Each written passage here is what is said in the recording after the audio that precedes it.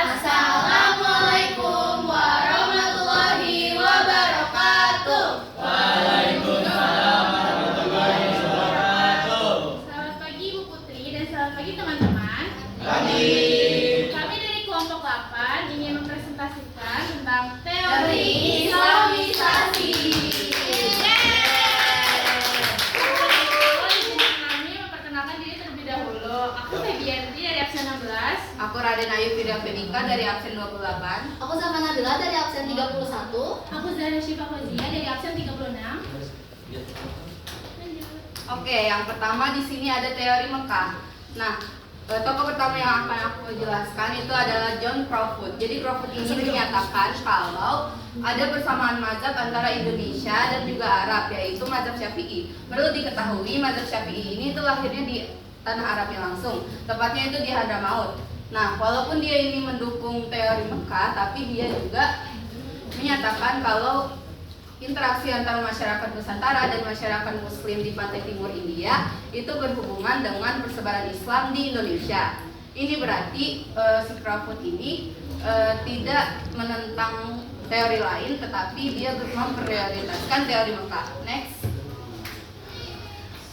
Selanjutnya ada teori dari P. Jeffert. Jadi P. Jeffert ini menyatakan kalau Islam di Indonesia itu disebarkan oleh orang-orang Arab yang menetap di Indonesia. Lalu para orang-orang Arab itu pun melakukan perkawinan kepada pribumi, dan pribumi tersebut mau nggak mau pindah agama ke agama Islam.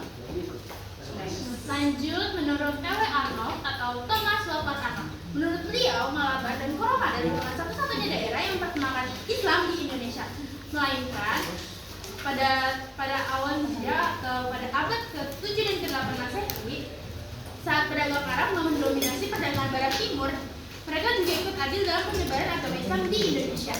Nah, dalam sebuah naskah kuno Cina dikatakan bahwa ada seorang pedagang Arab yang menjadi kepala komunitas Arab Muslim di pantai timur pada akhir abad ke-7 Masehi.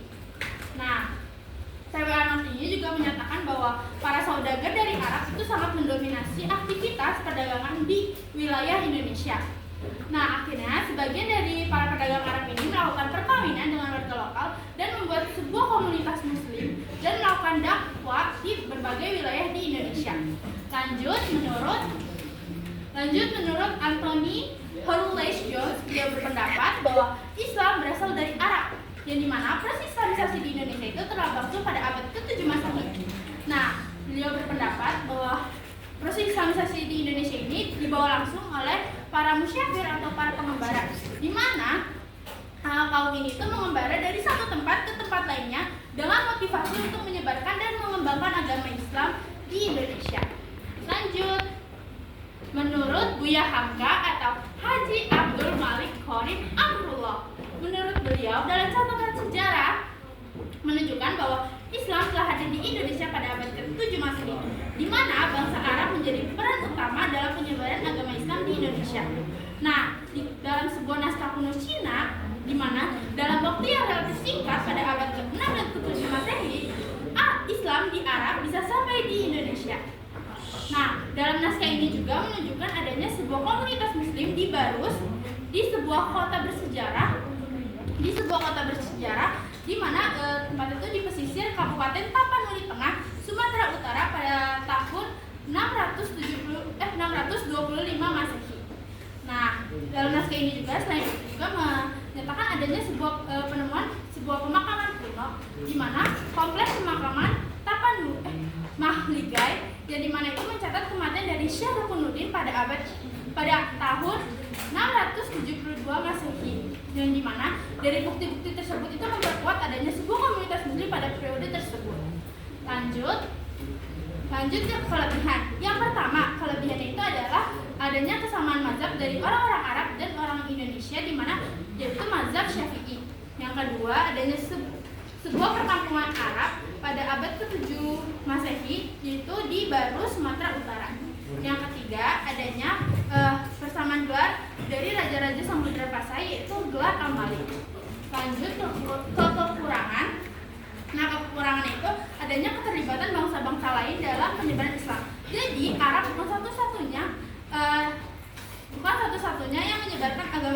Indonesia, melainkan adanya campur tangan dari bangsa lain seperti Gujarat dan Cina. Lanjut.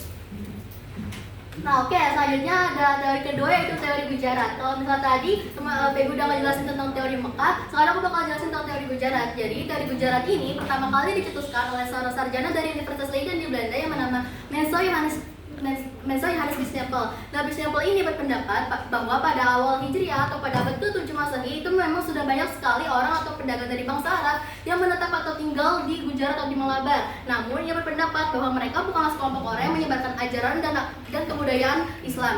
Nah, karena menurut Bisnepel sendiri, orang yang menyebarkan ajaran agama dan kebudayaan Islam di Indonesia itu adalah pedagang asli Gujarat yang memang sudah memeluk agama Islam. Pada abad ke-13 Masehi, pedagang dari Gujarat ini sudah memulai transaksi perdagangan mereka ke dunia bagian timur termasuk ke Nusantara melalui Selat Malaka. Mungkin dari beberapa dari kalian juga udah nggak asing lagi sama Selat Malaka, cuma di sini aku bakal jelasin lagi secara singkatnya aja.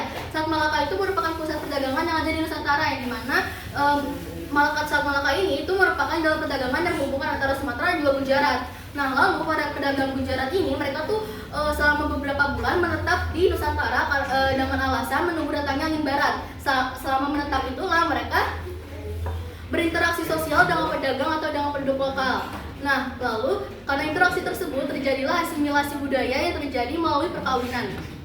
Dari perkawinan, ajaran agama dan kebudayaan Islam itu masuk ke sebuah keluarga dan menyebar semakin luas dan cepat. Kenapa bisa aku bilang menyebar semakin luas dan cepat hanya lewat perkawinan? Karena yang dari awal udah aku mention, kalau misalnya pedagang dari Gujarat ini kan memeluk agama Islam. Nah, sedangkan di masa itu masyarakat lokal masih memeluk agama Hindu, agama Buddha, atau bahkan ada yang memilih untuk tidak memeluk agama. Nah, kalau di agama Islam itu kan tidak boleh ya kalau misalnya menikah secara beda agama. Jadi masyarakat lokal harus diislamkan terlebih dahulu baru bisa menikah dengan pedagang dari Gujarat. Nah, karena masyarakat lokal yang di sekitar sana itu mayoritasnya sudah memeluk agama Islam, maka terbentuklah sebuah perkampungan Islam yang ada di pesisir Sumatera.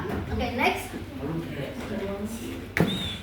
Oke, nah teori Gujarat yang dicetuskan oleh Bisnepel ternyata mendapatkan sambutan baik dari seorang orientalis ternama dari Belanda yang bernama Christian Snow Hugronje. Snow mulai tertarik dengan teori Gujarat ketika ia melihat beberapa pelabuhan di anak benua India itu agama Islamnya mulai kokoh, teman-teman. Nah, dalam bukunya Snow yang berjudul La Rabiatlas in the Netherlands, ia berpendapat bahwa pedagang dari Gujarat lah yang terlebih dahulu melakukan transaksi perdagangan dan menyebarkan ajaran agama Islam. Ia juga berpendapat bahwa pedagang atau orang-orang dari bangsa Arab itu datang ke Nusantara di masa berikutnya setelah pedagang dari Gujarat. Nah, ia juga menitik beratkan pada beberapa hal. Yang pertama, ia berpendapat bahwa kurangnya fakta yang menjelaskan peranan bangsa Arab yang menyebarkan ajaran agama Islam di Indonesia. Nah, yang kedua, ia berpendapat bahwa hubungan dagang antara India dan Indonesia itu sudah terjalin dari lama. Nah, yang ketiga, ia berpendapat bahwa inskripsi atau prasasti tertua tentang Islam di Sumatera itu menggambarkan hubungan antara Sumatera dan juga Gujarat. Next.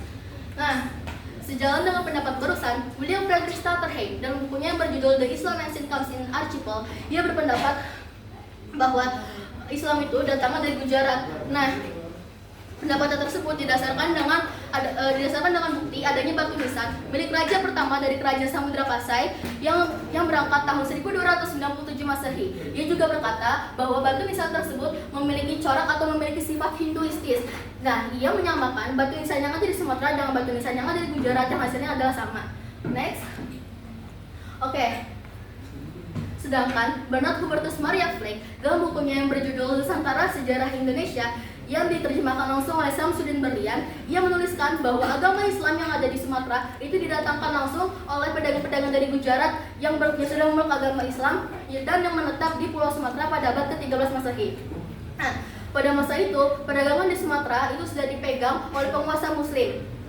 Nah, lalu puncaknya itu pada abad ke-14 Masehi. Pulau Sumatera merupakan pusat perdagangan yang menjalin hubungan baik dengan Gujarat. Nah, pendapatnya tersebut dikuatkan lagi dengan bukti bahwa ia menemukan inskripsi tertua di Sumatera yang berangkat tahun 1297 Masehi, 5 tahun setelah kedatangan Marco Polo. Nah, inskripsi tersebut bertuliskan nama Sultan Malik Al-Saleh. Lanjut. Nah, ini merupakan teori tokoh terakhir dari teori Gujarat yang bernama Jean-Pierre Montesquieu. Montesquieu ini menegaskan bahwa Islam itu datangnya dari Gujarat ya teman-teman. Nah, teorinya tersebut didasarkan dengan penemuan batu nisan yang berangkat tahun 1424 Masehi. Nah, batu nisannya tersebut Montesquieu samakan dengan batu nisan milik Maulana Malik Ibrahim di Gresik yang wafat pada tahun 1419 Masehi dan dengan batu nisan yang ada di Kampai Gujarat. Nah, Montesquieu ini juga menyetujui ucapan Snow yang mengatakan bahwa Islam itu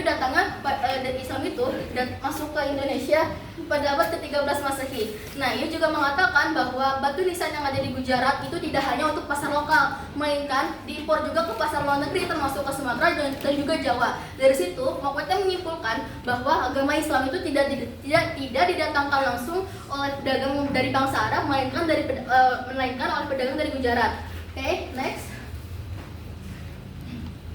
Nah, sekarang kita udah masuk ke kelebihan teori Gujarat. Di sini aku bakal jelasin yang pertama, kelebihannya itu batu nisan milik Sultan Malik Al-Saleh. Mungkin dari tadi kalian juga udah dengar kalau batu nisan milik Sultan Malik Al-Saleh ini udah lumayan sering aku sebut.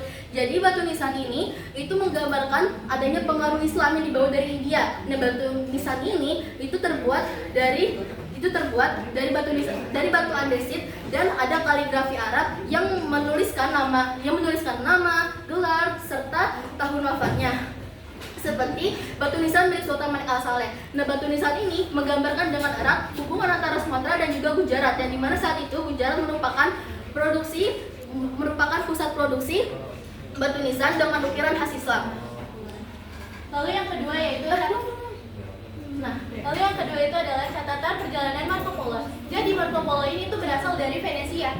Dia tuh dia tuh tinggal di Kerlah di Aceh. Pada tahun 1292, dia tuh menemukan bahwa di sana itu ada banyak muslim di Aceh. Nah, ia juga mencatat bahwa pedagang dari Gujarat itu memiliki peran untuk menyebarkan agama Islam di kawasan tersebut. Lalu kelebihan yang ketiga ada hubungan perdagangan antara India dan Indonesia. Jadi orang-orang India itu pergi ke Indonesia untuk menjual barang dagangannya. Begitupun dengan orang Indonesia, mereka menjual rempah-rempah dan hasil panen pertanian sampai negeri ke Gujarat. Nah, pada saat mereka di Gujarat, mereka ini sambil mempelajari agama Islam. Lalu pada saat mereka kembali lagi, mereka menyebarkan agama Islam di Indonesia. Next. Nah, selanjutnya di sini ada kelemahan dari teori Gujarat. Yang pertama ada pendapat dari Taufik Abdullah. Jadi Taufik Abdullah ini mengatakan kalau teori dari Snow-Hubronsje ini terlalu condong ke ilmu sosial sehingga pada akhirnya itu dapat diragukan. Ia juga mengkritik Snow yang mengabaikan tradisi-tradisi seperti hikayat, tambo, dan juga babat. Padahal bisa saja di dalamnya ada ingatan historis tersembunyi. Lalu yang kedua ada menurut Chandra Sasmita. Chandra Sasmita ini menyatakan kalau batu nisan Sultan Malik Al-Saleh itu tidak berasal dari Gujarat, melainkan dari Samudra Pasai sendiri, karena bahan-bahannya itu merupakan bahan-bahan lokal dari Samudra Pasai. Dan juga dia juga menyatakan kalau ada batu nisan yang lebih tua ditemukan, yaitu batu nisan dari Fatimah bin Maimun yang bertuliskan huruf Kufi dan juga tahun 1082 yang berarti Islam itu sudah masuk ke Jawa sejak abad ke-12.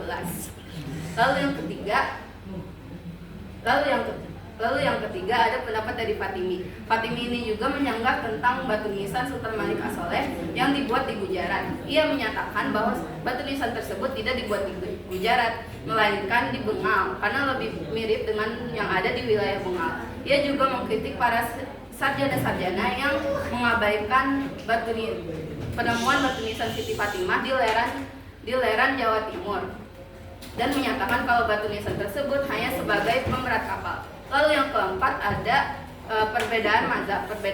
Jadi di Gujarat sendiri itu mazhabnya adalah Hanafi, sementara di Indonesia adalah mazhab Syafi'i, sama seperti yang ada di Arab. Lalu yang kelima ada pendapat dari Buya Hamka. Buya Hamka ini itu menyatakan kalau teori Gujarat ini ada hanya untuk menjauhkan pikiran orang-orang bahwa agama Islam itu datang langsung dari tanah Arab langsung. Padahal dalam tradisi Melayu itu dinyatakan kalau Islam itu didatangkan dari tanah Arab dan juga ulama Arab.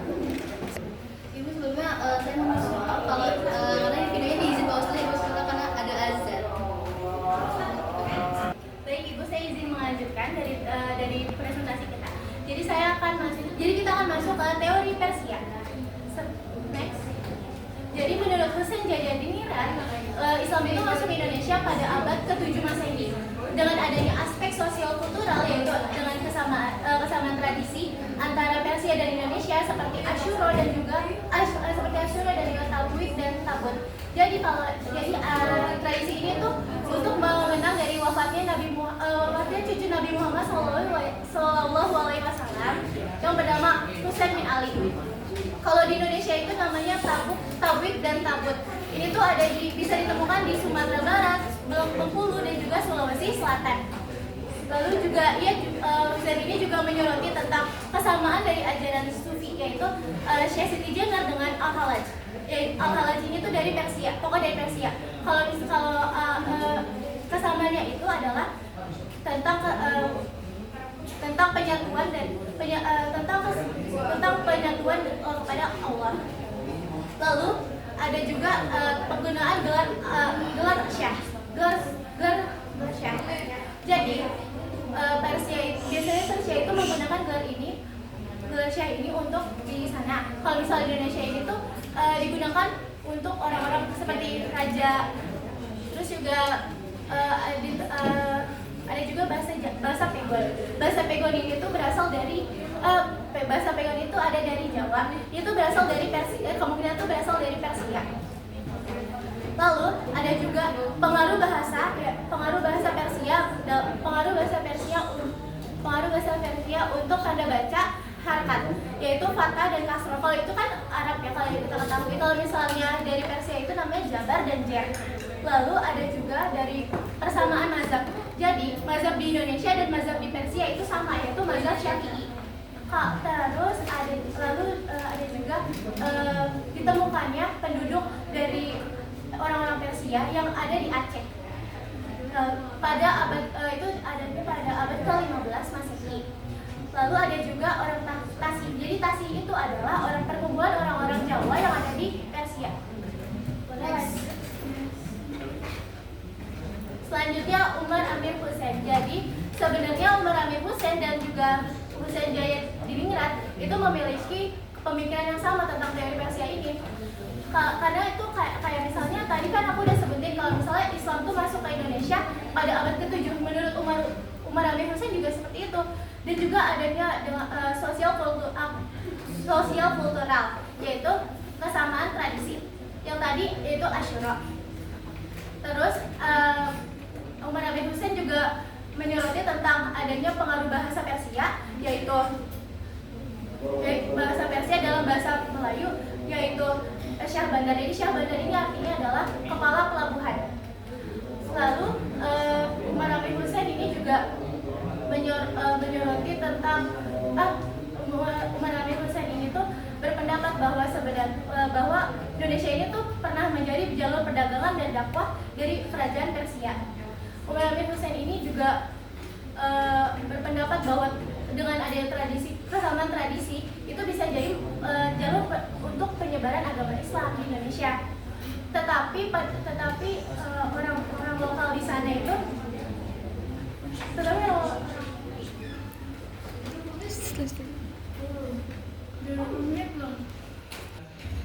terus juga menurut Umar Amir Husain